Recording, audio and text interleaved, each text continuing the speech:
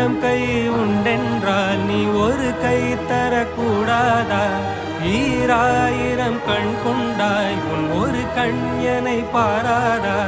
உன்னில் சரணடைந்தேன் இனி நீ கதியே.